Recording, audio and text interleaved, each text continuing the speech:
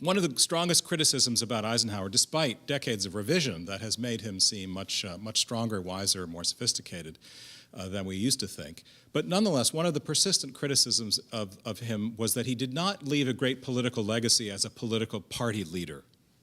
He talked a lot about modernizing the Republican Party, making it modern, he used that word, and moderate, fending off the far right and fending off some liberals.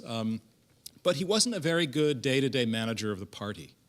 And I've been trying to piece this together, and I realized that the fact is he'd never been elected to anything before in his life except president. And he didn't have a political career in which he learned how to do the day-to-day management of political party building and sustaining. I don't know much about U.S. Grant, but I just wonder if that is a parallel, or is that something in which, no, he was actually quite good at that as well? Thanks. I think that is a parallel.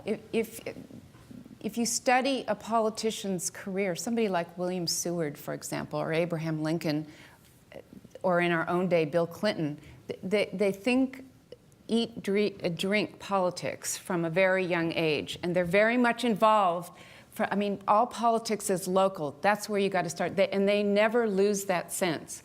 And I think that presidents like Washington, perhaps Washington before there was political parties, but he created them, and or his administration, but also Andrew Jackson.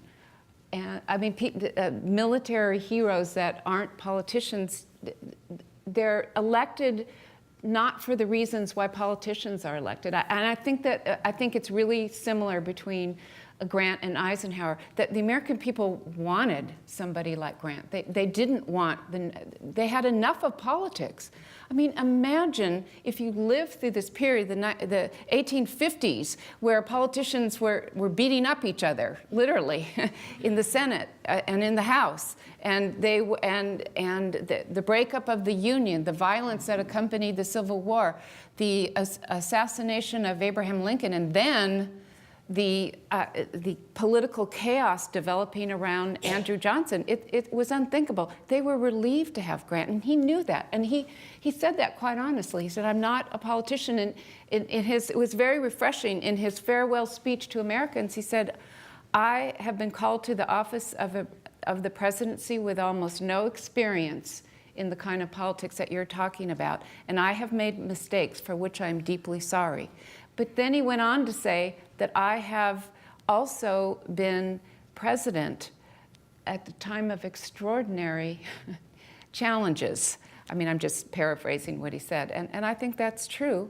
And I think that's why Grant was the right man for the right time.